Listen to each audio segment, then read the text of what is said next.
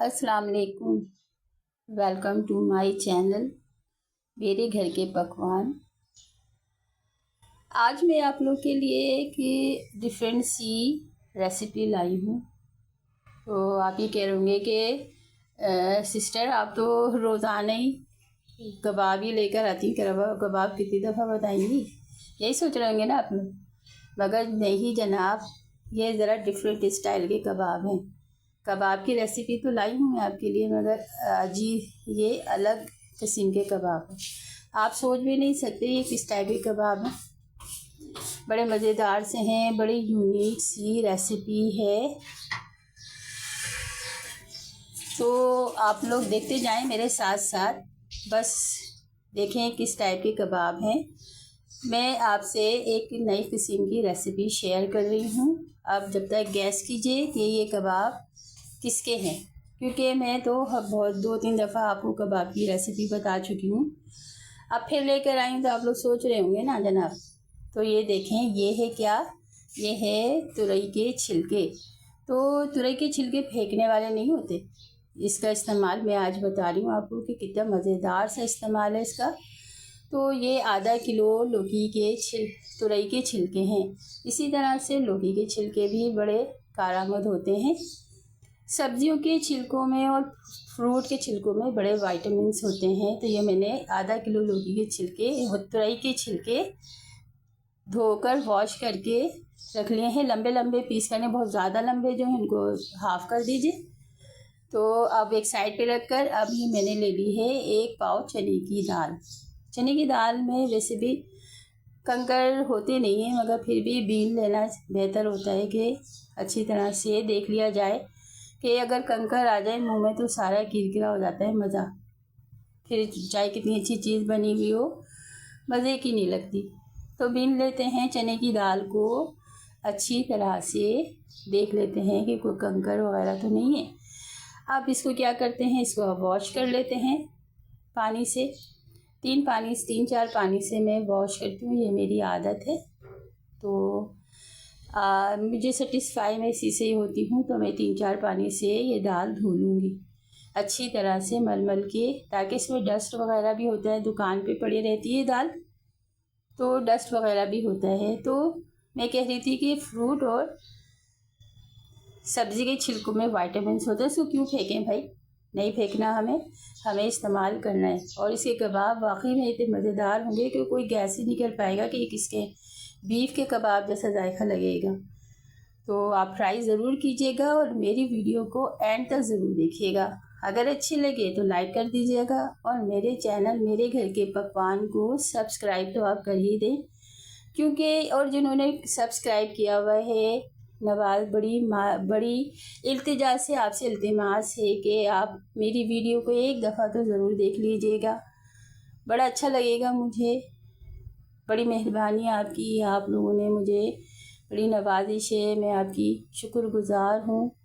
तो जनाब ये मैंने डाल दिए हैं छिलके, और अब मैं डाली हूँ इसमें गोल वाली लाल मिर्च 10 से 15 अदद, 2 छोटे दालचीनी के टुकड़े डाले हैं मैंने, 3-4 लौंगे डाल दी हैं, एक दरमियानी साइज़ की प्याज काट के डाल दी है,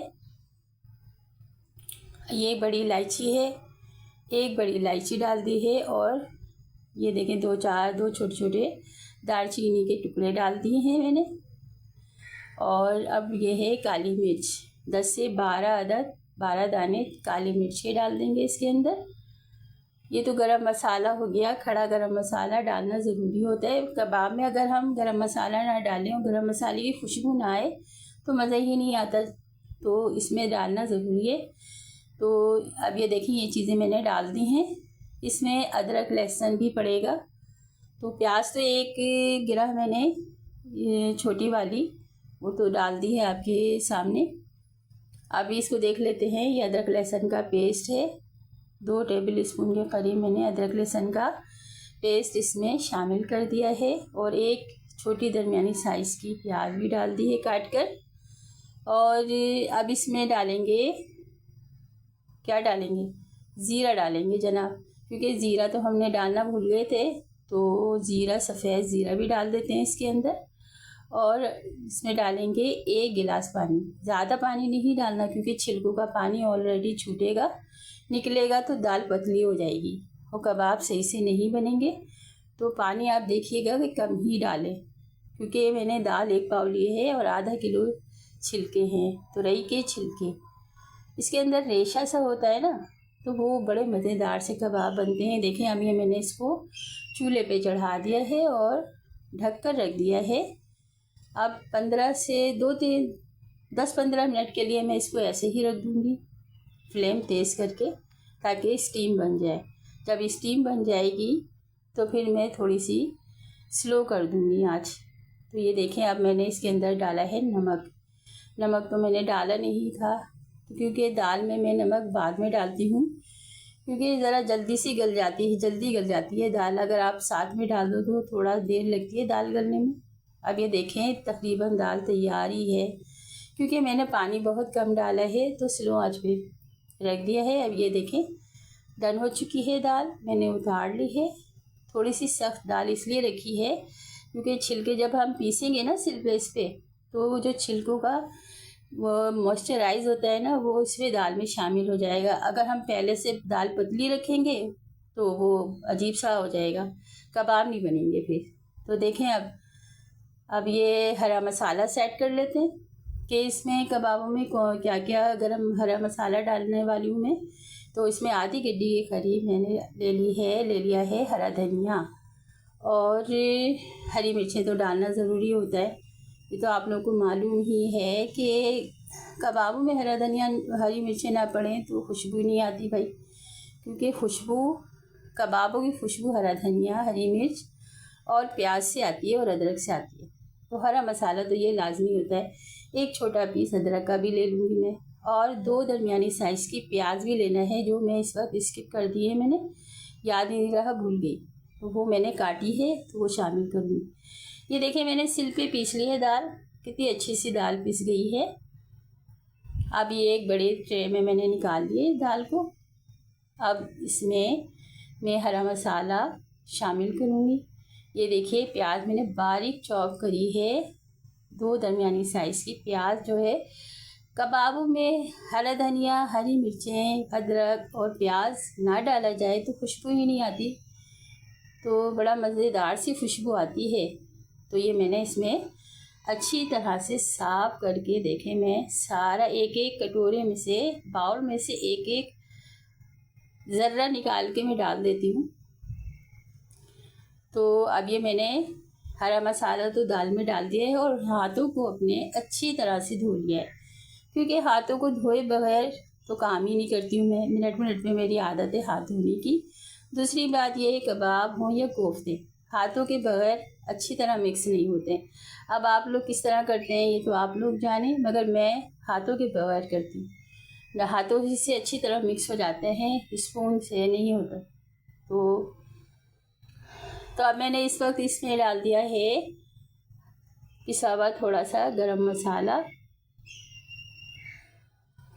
क्योंकि गरम मसाला तो डाला है मैंने, मगर थोड़ा सा गरम मसाला और डाल देते हैं।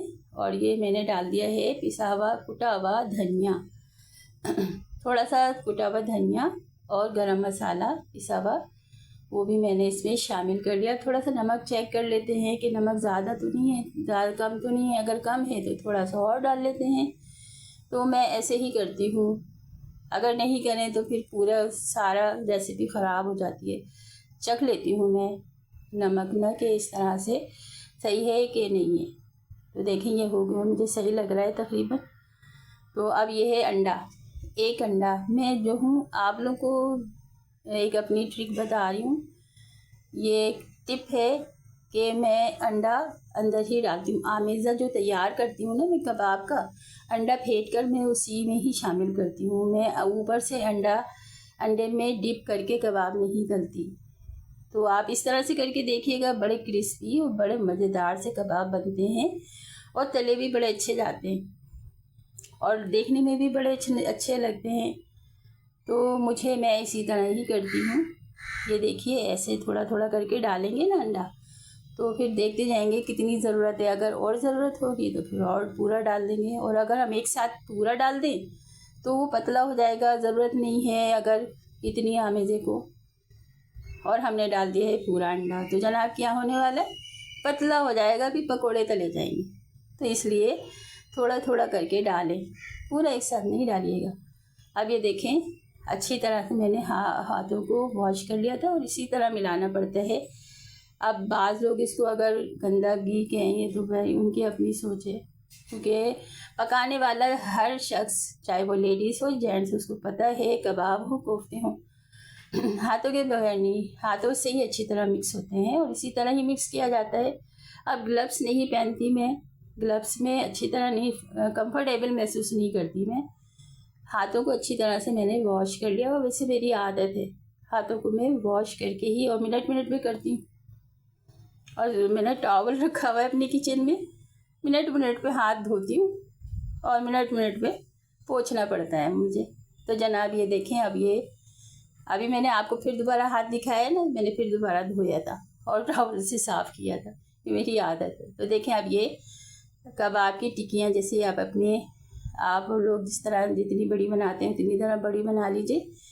मैं अपने घर के लिहाज से जैसे हम लोग खाते हैं इतनी बड़ी बना रही हूँ सहूलत से। ये देखें, मैंने सारी टिक्कियाँ कबाबों की मैंने बना ली हैं, 1 बाय 1 ट्रे प्लेट में मैंने अच्छी तरह से सजा दिया है। देखिए कितना खूबसूरत सा फूल लग रहा है, देखने में कितना अच्छा लग रहा है ये फूल जैसा। तो ये देखें, मैं सारी टिक्कियाँ मैंने 1 बाय 1 सारी मैंने बना ली है। बाउल में से एक ज़र्रा ले लिया है मैंने, और इसी तरह से करती हूँ मैं। अब ये देखें कितना खुशनुमा सा फूल लग रहा है ना, फ्लावर जैसा लग रहा है कि नहीं लग रहा, मुझे तो लग रहा है भाई, और कितना खुशनुमा सा लग रहा है। ये हो गए हैं तैयार, कबाब तो हो गए तैयार, रेडी हो गए। अब इसको क्या करना है, इसको तलना है भाई, तलेंगे। तो अब स्टार्ट करते हैं फ्राई करना। तो इसके लिए मैंने रख दिया है तवा चूल्हे पे पहले से, अब धीमी आंच थोड़ी सी स्लो से थोड़ी सी तेज़ है, और तेल डाल दिया है इसमें, क्योंकि मैं तेल से ही फ्राई करती हूँ, घी नहीं इस्तेमाल करती। अब आप जिस तरह से आप रखते हैं उस तरह रखें, मैं तो हाथों से रखती हूँ। इसी तरह से कबाब 4 करके मैं तल लेती हूँ, ज़्यादा नहीं डालती तवे पे, क्यों टूट जाते हैं भाई, सीधी सी बात है, एक्सपर्ट तो हैं नहीं हम इतने, तो टूट जाए, इससे बेहतर है थोड़ा थोड़ा तल लिया जाए। ये देखें तकरीबन एक साइड से तो हो गए हैं डन। अब साइड चेंज कर लेते हैं, साइड चेंज कर लेंगे। देखें कितना सुनहरे से तले हैं, और ये अंडे के कमाल आते हैं बना। जनाब ये वाकई में ये अंडे के कमाल आते हैं। अंदर अंडा डाल देती हूँ ना मैं, तो कबाब ऐसे ही बड़े क्रिस्पी से बड़े मज़ेदार से तलते हैं। तो ये भी मेरी बड़ी बहन बनाती थी, जिस तरह से मैं उन्हीं की तरह बनाती हूँ। मेरी वालदा भी बनाती थी, मगर मैंने अपनी बड़ी बहन को ही देखा है ज़्यादातर। तो आप लोग देखिएगा मेरी इस स्टेज पे, अगर मेरी वीडियो अच्छी लग रही है, अगर आप इस स्टेज तक पहुंच चुके हैं और अगर मेरी वीडियो अच्छी लग रही है तो इसे लाइक कर दीजिए और सब्सक्राइब भी कर दीजिए मेरे चैनल को। अब ये देखें, मैं 1 बाय 1 सारे उतार लूँगी आराम से, क्योंकि ये देखिए आराम से मैंने ये वाले कबाब सारे उतार लिए हैं तवे से, एक एक करके इसी तरह मैं सारे कबाब तल लूँगी। तो देखें, अब ये मैंने 1 बाय 1 सारे कबाब तल लिए हैं और मैंने ट्रे में सजाती जा रही हूँ। तो एक एक करके बड़े मज़ेदार से, खुशनुमा से, खुशबूदार, और गरम गरम खाएंगे ना आप लोग चटनी के साथ। अनारदाने की चटनी बनाएं, दही की चटनी बनाएं, दही का रायता, सलाद के साथ, और केचप के साथ भी खा सकते हैं, चिली गार्लिक सॉस के साथ भी खा सकते हैं, जिस तरह से भी चाहें। रूख ऐसे ही खाएं, रोटी से खाएं, चपाती से खाएं, बंद कबाब में रख कर खाएं, पराठे से खाएं, जैसी आपकी मर्ज़ी, मगर हैं बड़े लजीज। तो मुझे अपनी दुआओं में याद रखिएगा। मिलते हैं अगली एक अच्छी सी रेसिपी के साथ, जब तक के लिए इजाज़त। अल्लाह हाफिज़, अल्लाह निगहबान, अपना ढेर सारा ख्याल